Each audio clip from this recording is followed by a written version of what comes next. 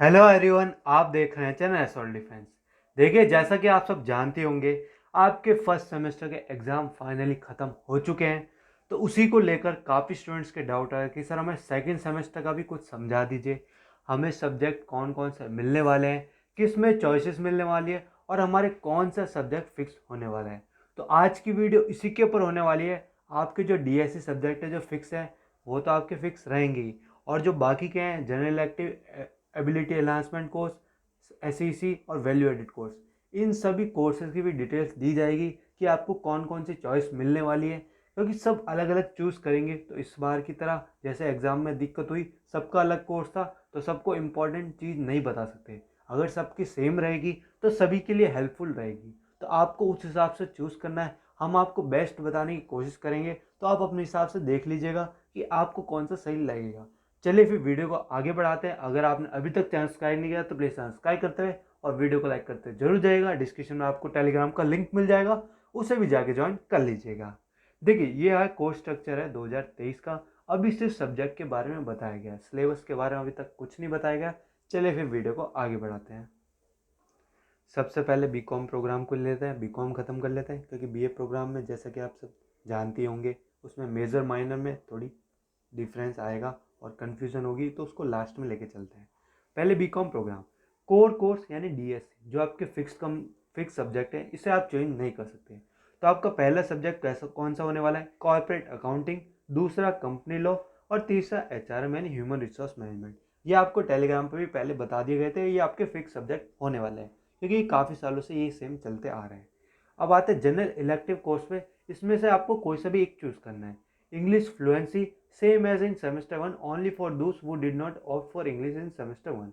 अब देखिए, English fluency उन्हीं के लिए है जिन्होंने इंग्लिश फ्लुएंसी चूज़ नहीं की थी। बाकी उनको हिंदी वगैरह लेना पड़ेगा, संस्कृत, उर्दू या पंजाबी।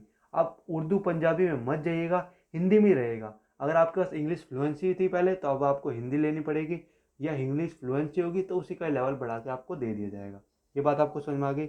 जनरल एक्टिव में अगर आपके पास इंग्लिश फ्लुएंसी का ऑप्शन मिले तो इंग्लिश फ्लुएंसी ही चूज़ कीजिएगा। अब आते हैं अगले कोर्स पे, जो कि आपका होने वाला है एबिलिटी एनहांसमेंट कोर्स। इसमें कितनी चॉइस दी गई है देख सकते हैं। सबसे पहले ability enhancement course, basic assessment for student who have not studied the language, जिनको लैंग्वेज के बारे में नॉलेज नहीं है, उनके लिए। बंगाली एईसी बेसिक बंगाली, हिंदी, संस्कृत, पंजाबी, तमिल और एईसीसी बेसिक तेलुगु। अब देखिए, आपको इन किसी में हाथ नहीं डालना है, डालना किस में हाथ? हिंदी में। अब आपको हिंदी दे रखा है तो सिर्फ आपको हिंदी चूज़ करनी है। हिंदी एबीसी कोई से भी चूज़ कीजिए, बाकी दूसरे के चक्कर में मत पड़िएगा, आपका पूरा सब्जेक्ट खराब हो जाएगा। और ना ही आपको यहाँ किसी के स्टडी मटेरियल मिलेगा, ना ही आपको उसके नोट्स मिल पाएंगे, ना ही इसके बारे में कोई पढ़ा रहा होगा। ये बात आपको समझ में आ गई। अब चलते हैं अगले कोर्स के ऊपर, जो कि आपका स्किल एनहांसमेंट कोर्स होने वाला है। इसमें से आपको कोई सा भी एक चूज़ करना है। देखिए, जो आपके पास फर्स्ट सेमेस्टर में था वो चूज़ मत कीजिएगा, कोई सा भी दूसरा चेंज चूज़ कर लीजिएगा। जैसे पहले कम्युनिकेशन था तो आप फाइनेंस कर लीजिएगा, या फिर पहले फाइनेंस था आप रंगमंच कर लीजिएगा, या फिर पहले कम्युनिकेशन था या आप फाइनेंस कर लीजिएगा। तो मेरी माने, जिनके पास आपको चूज़ करना ही हो तो आप कम्युनिकेशन इन एवरीडे लाइफ की तरफ जा सकते हैं। ये आपके लिए सही सब्जेक्ट रहेगा, जिनको ऑप्शन में मिल जाए, जिनके पास नहीं था। अगर फिर भी मिलता है तो अभी आप कम्युनिकेशन की तरफ जा सकते हैं। अब आते हैं आपके लास्ट सब्जेक्ट के ऊपर, जो कि आपका होने वाला है choose any one other than opted in same one. देखिए, साफ लिख रखा है इन्होंने कि जो सेम वन में नहीं था वही आपको मिलेगा। इसमें आपको reading Indian fiction in English, Hindi, constitution values और संस्कृत। अब देखिए, जो आपके पास पहले सब्जेक्ट था वो तो आपको चूज़ करने को नहीं मिलेगा मौका। अगर आपको दूसरा करना है तो अपने हिसाब से करिएगा। मैं बता देता हूँ आपको कौन सा सही रहेगा। देखिए, इंग्लिश की तरफ जा सकते हैं, कोई दिक्कत की बात नहीं है। कॉन्स्टिट्यूशनल वैल्यूज़ की तरफ भी जा सकते हैं। योगा की तरफ अगर आपको नॉलेज है तो ही जाइएगा, वरना योगा को मत छूइएगा। इंग्लिश, हिंदी, पॉलिटिकल साइंस, इन तीनों के ऊपर ही रहेगा। ये बात आपको समझ में आ गई। यहाँ पे खत्म होता है बीकॉम प्रोग्राम का कोर्स स्ट्रक्चर। मैंने आपको पूरा बता दिया। 3 सब्जेक्ट, ये चौथा, पाँचवा, छठा, सातवां। आराम से दिमाग से चूज़ कीजिएगा ताकि आपको आगे दिक्कत ना हो। अब चलते हैं अगले ऊपर, यानी बीकॉम ऑनर्स के ऊपर। BCom honours course structure based on NEP 2022 semester 2। 2022 क्यों लिखा है? क्योंकि आपका एडमिशन 2022 में हुआ था। अब सबसे पहले डीएससी कोर्स को ख़त्म कर लेते हैं। वही सेम रहने वाला है बीकॉम प्रोग्राम की तरह। पहला कॉर्पोरेट अकाउंटिंग, दूसरा कंपनी लॉ, तीसरा एचआरएम, बस थोड़ा सा लेवल अबव होगा। ये बात आपको समझ में आ गई। अब आते हैं जनरल इलेक्टिव की तरफ, चूज एनी वन। अब देखिए, पहले आपको माइक्रो इकोनॉमिक्स पढ़ाया गया, तो अब आपको सेम 2 में मैक्रो इकोनॉमिक्स पढ़ाया जाएगा, बस आई और ए का डिफरेंस है। तो आपको चूज़ करनी हो तो आप मैक्रो इकोनॉमिक्स चूज़ कर सकते हैं, इन सबसे तो काफ़ी सही रहेगा, या फिर introduction to the Indian constitution. मेरी माने तो इन दो ही चूज़ कीजिएगा। ये हिस्ट्री या मैथ की तरफ आप फंस गए तो याद रखना फंसते चले जाओगे और आपके एग्जाम में बहुत दिक्कत आएगी। ये बात आपको समझ में आ गई? या तो इकोनॉमिक्स की तरफ जाना है या पॉलिटिकल साइंस की तरफ, अब आपके ऊपर है, चॉइस दे दी है। मैं होता तो मैं प्रिंसिपल ऑफ मैक्रो इकोनॉमिक्स को चूज़ करता। अब आते आगे एईसी कोर्स, इसमें से भी आपको कोई एक चूज़ करना है। ये आपका लैंग्वेज कोर्स है, तो जैसा कि मैंने आपको लैंग्वेज में बताया, हिंदी की तरफ जाइएगा, बाकी कोई सब्जेक्ट की तरफ मत जाइएगा, आपको दिक्कत आ सकती है। बल्कि आपकी जो राष्ट्र मतलब आपको नॉलेज है उस भाषा का, आप बोलते हैं या फिर उससे रिलेट करते हैं, तो आप जा सकते हैं, कोई दिक्कत की बात नहीं है। अब आते हैं एसीसी कोर्स, जो कि मैंने आपको बताया, जो आपको सेमेस्टर 1 में था, उसके अलावा आप कोई भी चूज़ कर सकते हैं आपके हिसाब से। और यही है, मैंने आपको बीएससी कोर्सेज में भी बताया, बीकॉम प्रोग्राम की तरह जो आपने ले रखा है वो आपको दोबारा नहीं मिलेगा, तो आप इसमें से कोई से भी सब्जेक्ट की तरफ जा सकते हैं। योगा की तरफ मत जाइएगा, बाकी कोई से भी तीनों के ऊपर चूज़ कर सकते हैं। ये यहाँ पर ख़त्म होता है आपका बीकॉम का सम ऑनर्स का भी और प्रोग्राम का भी। अब चलते हैं बीए की तरफ। अब बीए प्रोग्राम में क्या होने वाला है, अब आपने माइनर ले रखी है, मेजर ले रखी है, वो अब आपको ही पता होगा। अब आपको यहाँ पे कोई से भी 3 सब्जेक्ट लेने हैं तो अपने हिसाब से देखिएगा। इकोनॉमिक्स दे रखी है, वही मैक्रो जो बीकॉम ऑनर्स के पास है। फिर उसके बाद इंग्लिश दे रखी है, सेंचुरी वाली, ड्रामा वाली। फिर हिंदी दे रखी है, कविता, हिस्ट्री दे रखी है, इंडिया 300 सीधू 12 से सी। मैथमेटिक्स दे रखी है, उसकी तरफ मत जाइएगा। पॉलिटिकल साइंस दे रखी है, उसकी तरफ जा सकते हैं।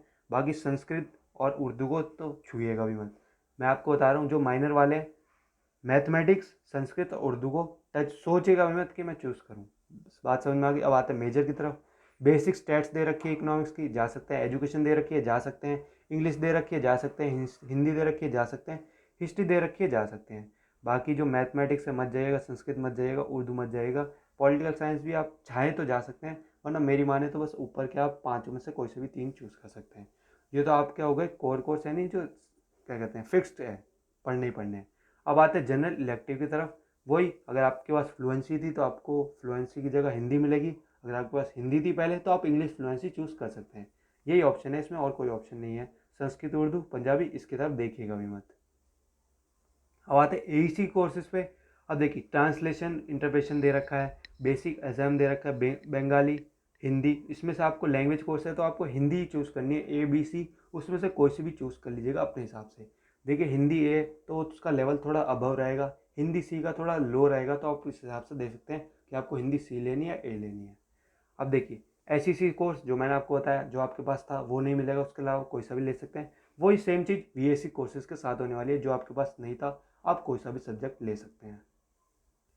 यहाँ तो ये ख़त्म होती है बात BA प्रोग्राम की भी, बीकॉम प्रोग्राम की भी और बीकॉम ऑनर्स की भी। अब आते हैं BA ऑनर्स के ऊपर। मैं एक सब्जेक्ट का समझा दूंगा, बाकी मैं PDF का क्या कहते हैं, ये जो PDF है टेलीग्राम पे शेयर कर दूंगा, इसमें से भी आप आराम से देख लीजिएगा। मैं इनके थोड़े फिक्स सब्जेक्ट आपको समझा देता हूँ। अगर आपके पास BA पॉलिटिकल साइंस ऑनर्स है तो आपको पर्सपेक्टिव ऑन पब्लिक एडमिनिस्ट्रेशन मिलने वाला है, methods and approaches in comparative political analysis मिलने वाला है, और introduction to international relation theories, concept and debates. ये आपको 3 सब्जेक्ट आपके फिक्स मिलने वाले हैं। बाकी आप इसका स्क्रीनशॉट ले सकते हैं आराम से, कोई दिक्कत की बात नहीं है। BA political science honours. अब आते हैं BA इंग्लिश ऑनर्स के, तो आपके तीनों सब्जेक्ट इंग्लिश में होने वाले हैं। 14th and 17th century poetry, 16th and 17th century English drama, और सेंचुरी लिटरेचर। सबसे पहले पोइट्री है, फिर ड्रामा है, फिर लिटरेचर है। ये इंग्लिश ऑनर्स का मैंने बताया, आप इसका भी स्क्रीनशॉट ले सकते हैं, कोई दिक्कत की बात नहीं है। ये हो गया इंग्लिश पॉलिटिकल साइंस। और आपका लास्ट आता है इको ऑनर्स। इको ऑनर्स में आपके मेन सब्जेक्ट क्या है, इंट्रोडक्टरी मैक्रो इकोनॉमिक्स, फिर इंटरमीडिएट मैथमेटिकल मैथड्स हैं, और फिर इंटरमीडिएट स्टैट्स फॉर इकोनॉमिक्स। ये आपका BA इकोनॉमिक ऑनर्स का होने वाला है। अब देख सकते हैं मैंने आपको A to Z सभी कोर्सेज का बता दिया और सभी सब्जेक्ट भी बता दिए। तो अगर आपको वीडियो पसंद आई है तो वीडियो को लाइक करते हो, चैनल सब्सक्राइब करते हो जरूर जाएगा, और जितने भी आपके फ्रेंड्स हैं उनके साथ शेयर मारिए वीडियो को। ओके।